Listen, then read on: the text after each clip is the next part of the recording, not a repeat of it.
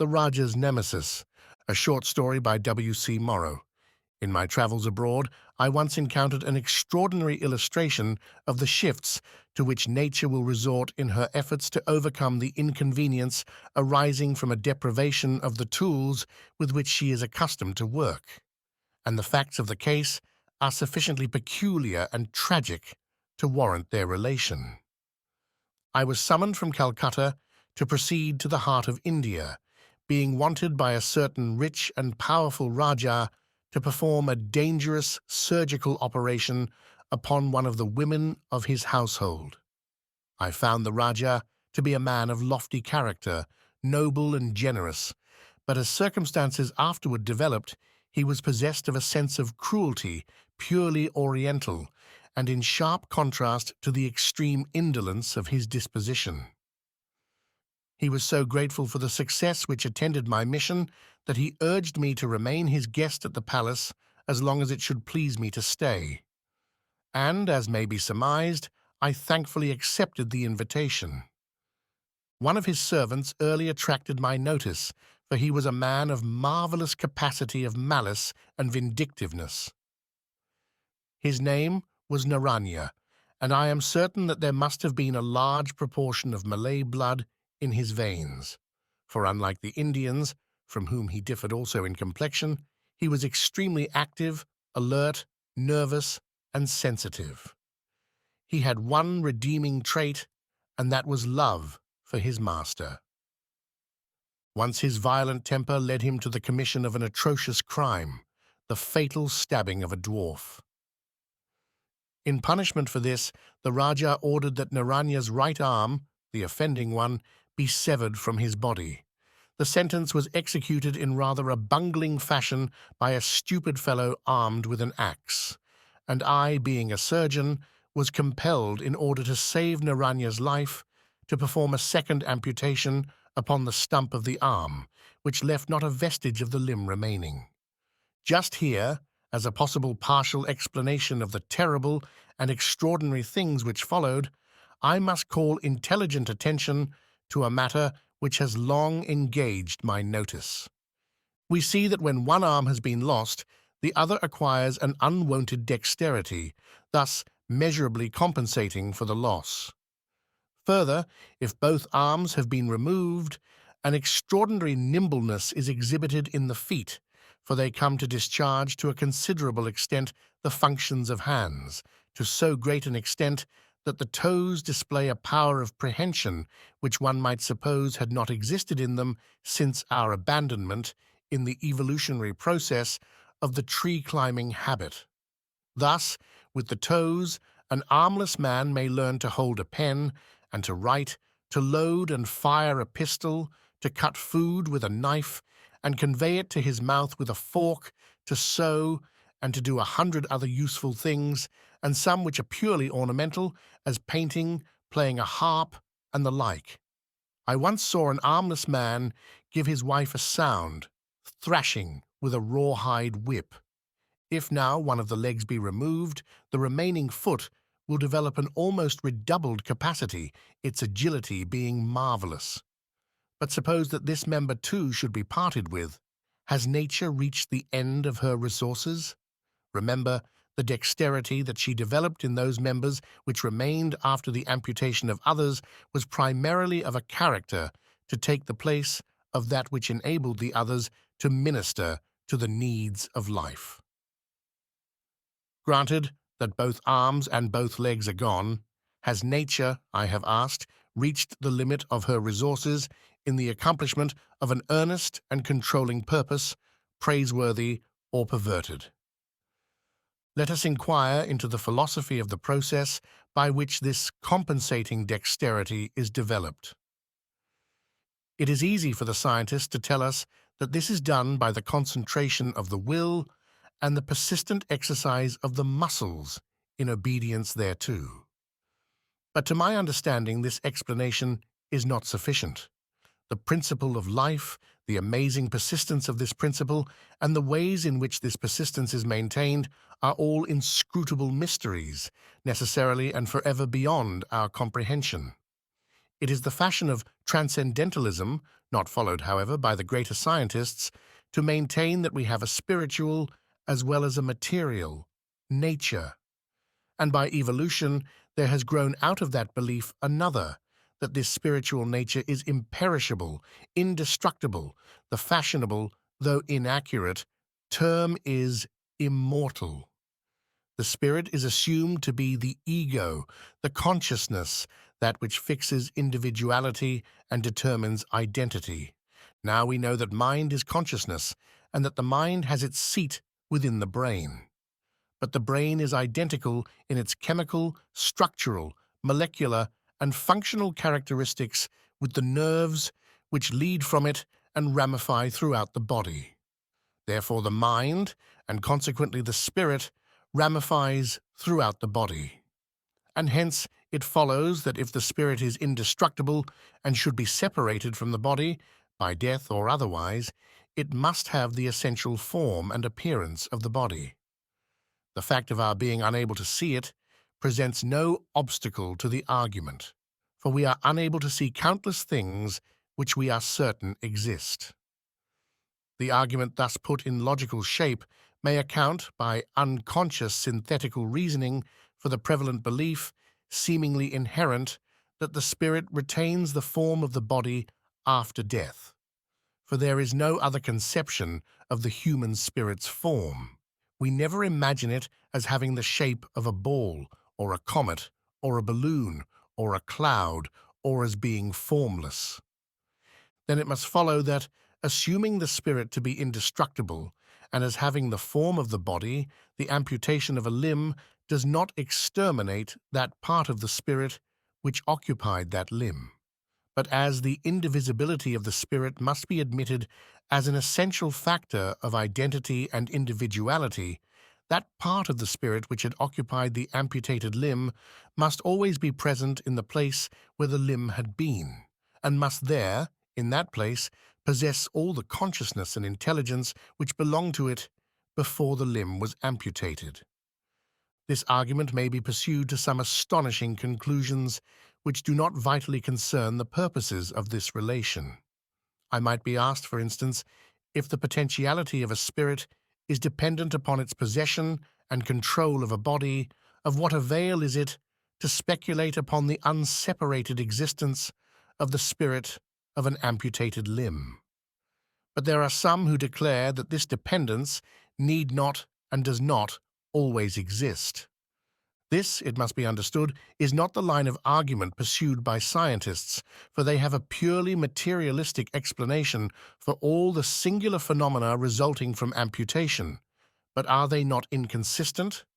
They admit the inscrutable mystery of the principle of life and all its countless corollaries, and yet they glibly explain the evidently marvelous results of a serious interference with the normal operation of that principle, as in the case of amputation. Is it not possible that there is danger of too much explanation of these wonderful mysteries? Let us proceed with the strange story of Neranya. After the loss of his arm, he developed an increased fiendishness, an augmented vindictiveness. His love for his master was changed to hate, and in his mad anger he flung discretion to the winds. He was so unruly and violent in disposition that he could not conceal his feelings. The Rajah, a proud, scornful man, increased Naranya's hate by treating him with contempt and scorn, which had the effect of driving the wretch to frenzy. In a mad moment, he sprang upon the Rajah with a knife, but he was seized and disarmed.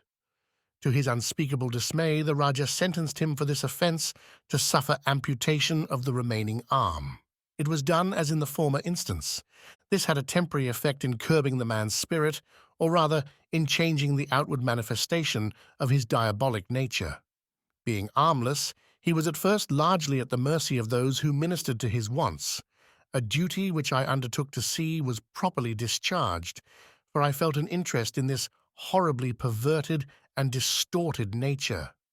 This sense of helplessness, combined with a damnable scheme for revenge which he had secretly formed, caused Neranya to change his fierce, impetuous, and unruly conduct into a smooth, quiet, insinuating manner, which he carried so artfully as not only to secure a peace and comfort, which he had never known before, but also to deceive those with whom he was brought in contact, including the Rajah himself.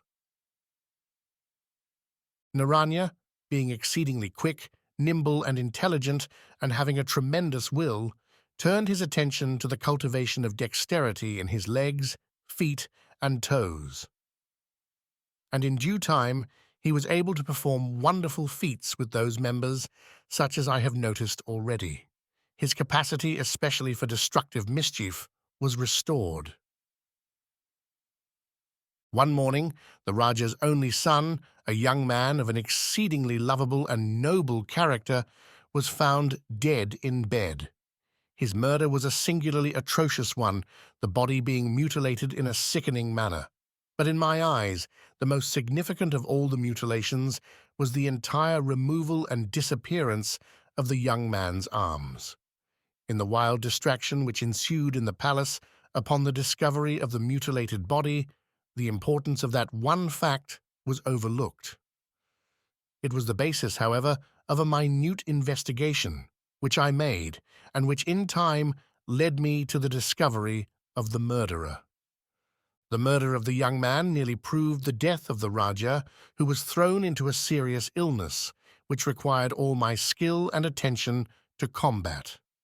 It was not, therefore, until his recovery that there began a systematic and intelligent inquiry into the murder. I said nothing of my own discoveries and conclusions, and in no way interfered with the work of the Rajah and his officers.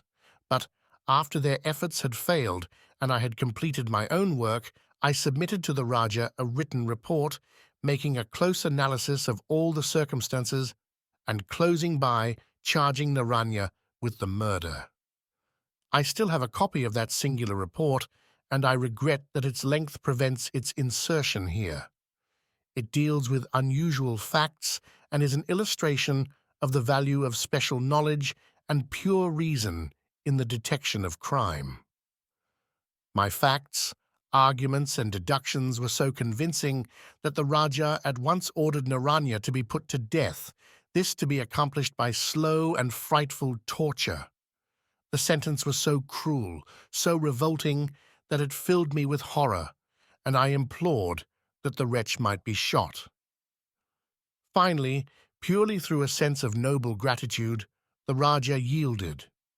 When Neranya was charged with the crime, he denied it, of course, but seeing that the Rajah was convinced, and upon being shown my report, which embodied a knowledge of anatomy and surgery that he had never dreamed of, he threw aside all restraint, and dancing, laughing, and shrieking in the most horrible manner, confessed his guilt, and gloated over it, all this believing that he would be shot on the morrow.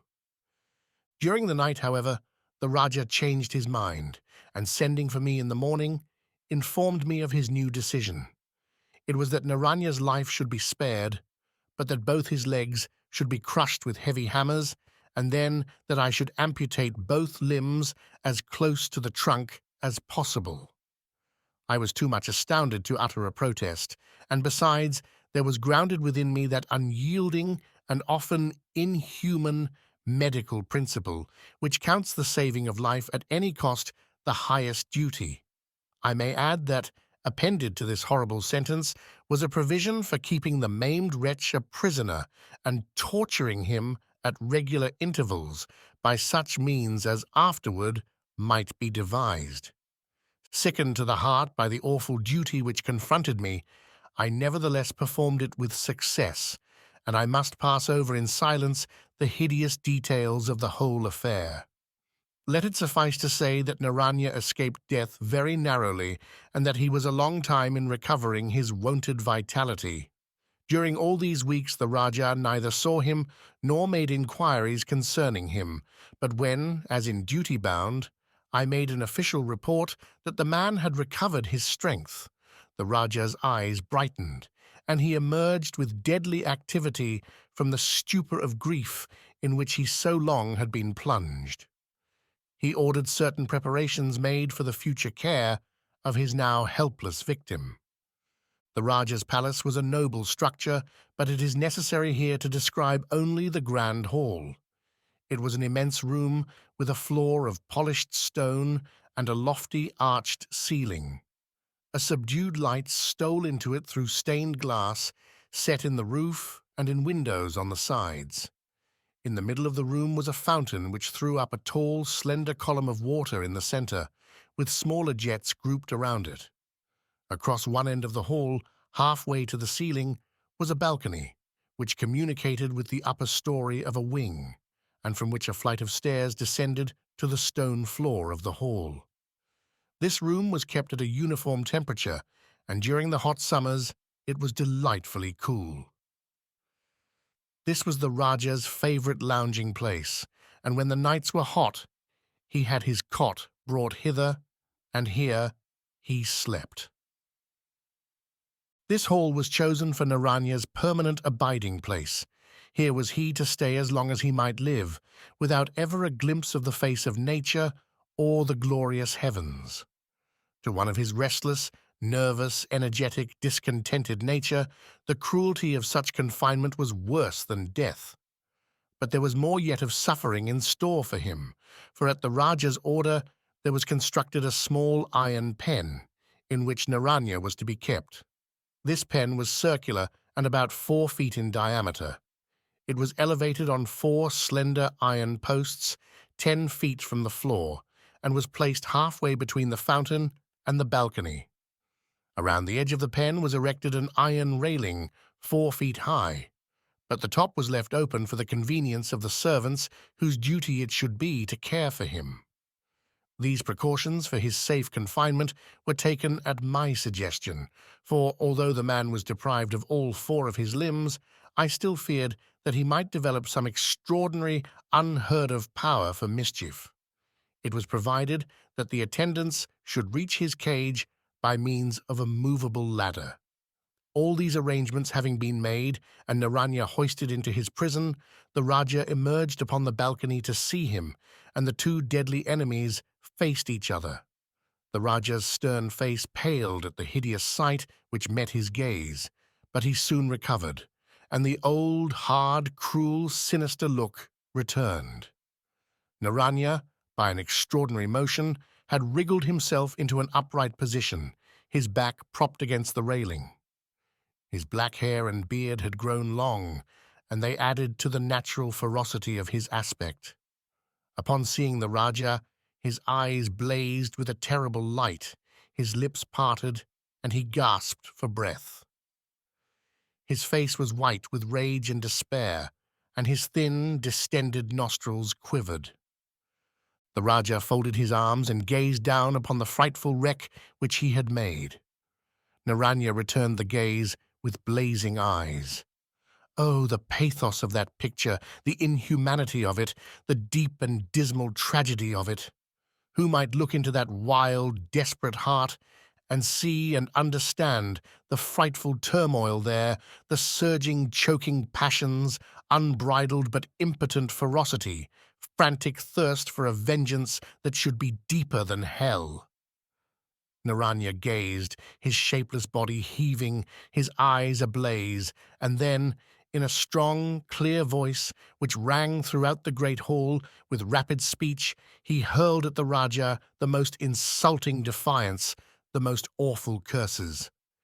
He cursed the womb that conceived him, the food that nourished him, the wealth that brought him power, cursed him in the name of Buddha and all the prophets, in the name of heaven and of hell, cursed him by the sun, the moon, and the stars, by all continents, oceans, mountains, and rivers, by all things living, cursed his head, his heart, his entrails, cursed him in a furious outpouring of unmentionable words, heaped insults and contumely upon him, called him a knave, a beast, a fool, a liar, an infamous and damnable coward.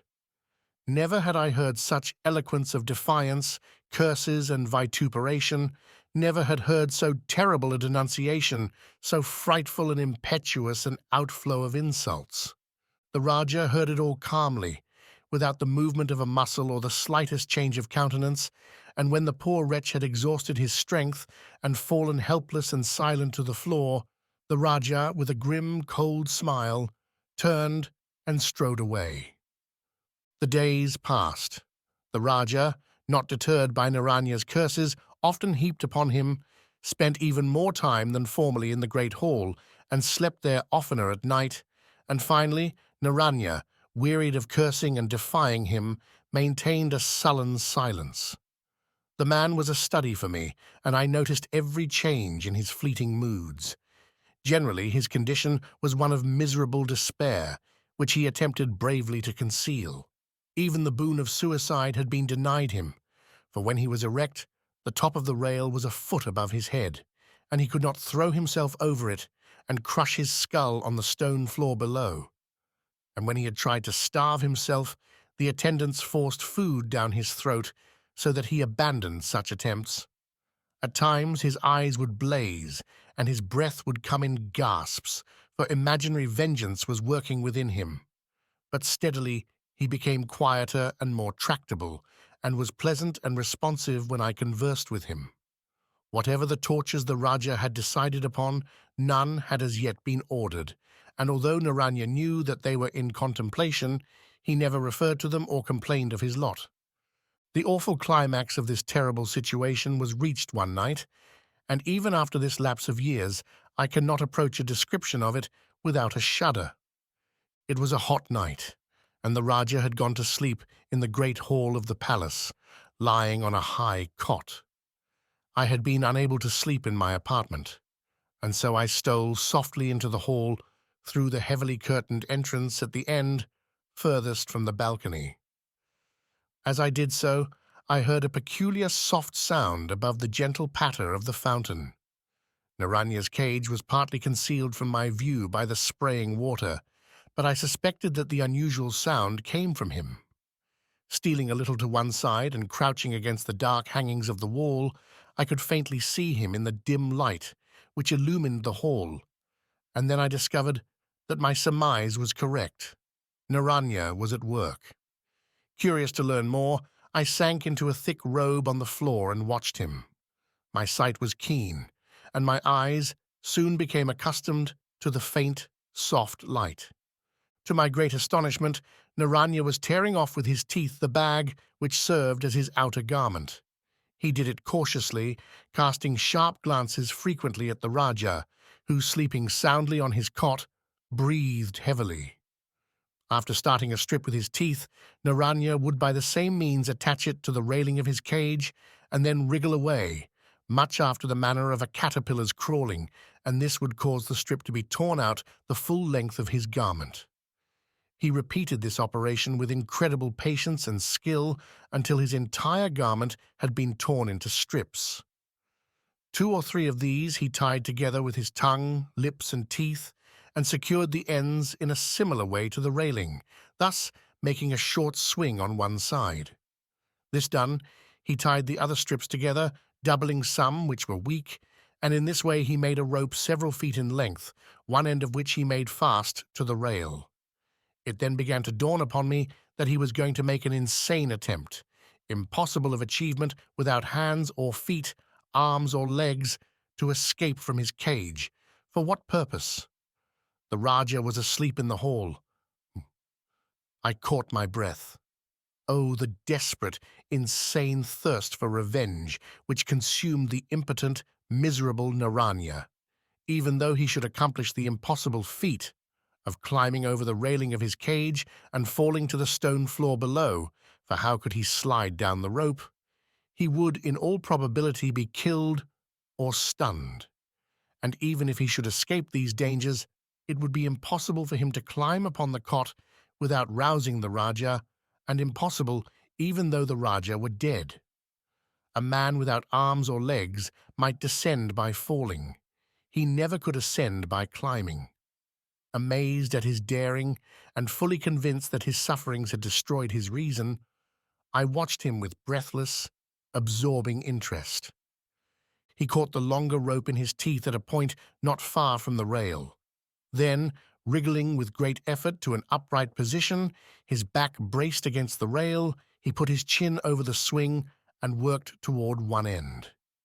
He tightened the grasp of his chin upon the swing and, with tremendous exertion, working the lower end of his spine against the railing, he began gradually to ascend. The labor was so great that he was compelled to pause at intervals, and his breathing was hard and painful, and even while thus resting he was in a position of terrible strain, and his pushing against the swing caused it to press hard against his windpipe and nearly suffocate him. After amazing effort, he elevated the lower end of his body until it protruded above the railing, the top of which was now across the lower end of his abdomen. Gradually, he worked his body over, going backward, until there was sufficient excess of weight on the outer side, and then with a quick lurch, he raised his head and shoulders and swung into a horizontal position. Of course, he would have fallen to the floor below had it not been for the rope which he held in his teeth. With such nicety had he calculated the distance between his mouth and the point of fastening that the rope tightened and checked him just as he reached the horizontal position on the rail. If one had told me beforehand that such a feat as this man had accomplished was possible, I would have thought him a fool. I continued to watch with intense interest. Neranya was now balanced on his stomach across the top of the railing, and he eased his position somewhat by bending his spine and hanging down as much as possible. Having rested in this position for some minutes, he began cautiously to slide off, slowly paying out the rope through his teeth. Now, it is quite evident that the rope would have escaped from his teeth laterally when he slightly relaxed his hold to let it slip, had it not been for a very ingenious device to which he had resorted. This consisted in his having made a turn of the rope around his neck before he attached the swing, thus securing a threefold control of the rope, one by his teeth, another by friction against his neck, and a third by his ability to compress it between his cheek and shoulder. A stupendous and seemingly impossible part of his task was accomplished. Could he reach the floor in safety? Gradually, he worked himself backward over the rail, in momentary imminent danger of falling. But his nerve never quivered, and I could see a wonderful glitter in his eyes. With something of a lurch, his body fell against the outer side of the railing, and he was hanging by his chin. Slowly, he worked his chin away and then hung suspended by the rope, his neck bearing the weight of his trunk. By almost imperceptible degrees, with infinite caution, he descended the rope, and finally his unwieldy body rolled upon the floor, safe and unhurt. What next? Was this some superhuman monster who had accomplished this impossible miracle? Would he immediately spring to invisible feet, run to the Rajah's bedside, and stab him with an invisible dagger held in an invisible hand? No, I was too philosophic for such mad thoughts. There was plenty of time for interference. I was quick and strong. I would wait a while and see what other impossible things this monster could do. Imagine my astonishment when, instead of approaching the sleeping Rajah, Neranya took another direction. Then it was only escape, after all, that the miserable wretch contemplated, and not the murder of the Rajah. But how could he escape? The only possible way to reach the outer air was by ascending the stairs to the balcony and leaving by the corridor, which opened upon it, and surely it was impossible for Neranya to ascend that long flight of stairs. Nevertheless, he made for the stairs. He progressed by lying on his back, with his face toward the point of destination, bowing his spine upward, and thus causing his head and shoulders to slip nearly an inch forward, straightening his spine and pushing forward the lower end of his back, a distance equal to that which his head had advanced, each time pressing his head to the floor to keep it from slipping. His progress was slow, painful, and laborious, as the floor was slippery, rendering difficult the task of taking a firm hold with his head. Finally, he arrived at the foot of the stairs. It was at once manifest that his purpose was to ascend them. The desire for freedom must have been strong within him. Wriggling to an upright position against the newel post, he looked up at the great height which he had to climb and sighed. But there was no dimming of the bright light in his eyes. How could he accomplish the impossible task before him? His solution of the problem was very simple. While leaning against the newel post, he fell in a diagonal position and lay safe upon the bottom step on his side. Turning upon his back, he wriggled forward along the step the necessary few inches to reach the rail, scrambled to an upright but inverted position against the rail, and then fell and landed safely on the second step. This explains the manner in which, with inconceivable labor, he accomplished the ascent of the entire flight of stairs. It being evident that the Rajah was not the object of Naranya's movements, the anxiety which I had felt on that account was entirely dispelled, and I watched Neranya now only with a sense of absorbing interest and curiosity. The things which he had accomplished were entirely beyond the wildest imagination, and in a sense, I was in a condition of helpless wonder. The sympathy which I had always felt for the unhappy man was now greatly quickened, and as small as I knew the chances of his ultimate escape to be, I nevertheless hoped that he would succeed. There was a bare chance that he would fall into the hands of the British soldiery not far away, and I inwardly prayed for his success. Any assistance from me, however, was out of the question, nor should it ever be known that I had witnessed the escape. Neranya was now upon the balcony, and I could dimly see him wriggling along as he slowly approached the door. The rail was low, and I could barely see him beyond it. Finally, he stopped and wriggled to an upright position. His back was toward the hall, but he slowly turned around and faced me. At that great distance, I could not distinguish his features, but the slowness with which he had worked, even before he had fully accomplished the ascent of the stairs, was evidence all too eloquent of his extreme exhaustion. Nothing but a most desperate resolution could have sustained him thus far, but he had about drawn upon the last remnant of his strength. He looked around the hall with a sweeping glance, and then upon the Rajah, who was soundly sleeping immediately beneath him, over 20 feet down. He looked long and earnestly, sinking lower and lower and lower upon the rail. Suddenly, to my inconceivable astonishment and dismay, he toppled over and shot downward from his lofty height. I held my breath, expecting to see him crushed into a bloody mass on the stones beneath, but instead of that, he fell full upon the Rajah's breast, crashing through the cot and hurling him to the floor. I sprang forward with a loud cry for help and was instantly at the scene of the disaster. Imagine my indescribable horror when I found that Naranya's teeth were buried in the Rajah's throat. With a fierce clutch, I tore the wretch away, but the blood was pouring out in torrents from the frightfully lacerated throat. The chest was crushed in, and the Rajah was gasping in the death agony. People came running in, terrified. I turned to Neranya. He lay upon his back, his face hideously smeared with blood. Murder, and not escape, was his intention from the beginning. He had adopted the only plan by which there was a possibility of accomplishing it. I knelt beside him and saw that he was dying. His back had been broken by the fall. He smiled sweetly into my face, and the triumphant look of accomplished revenge sat upon his face even in death.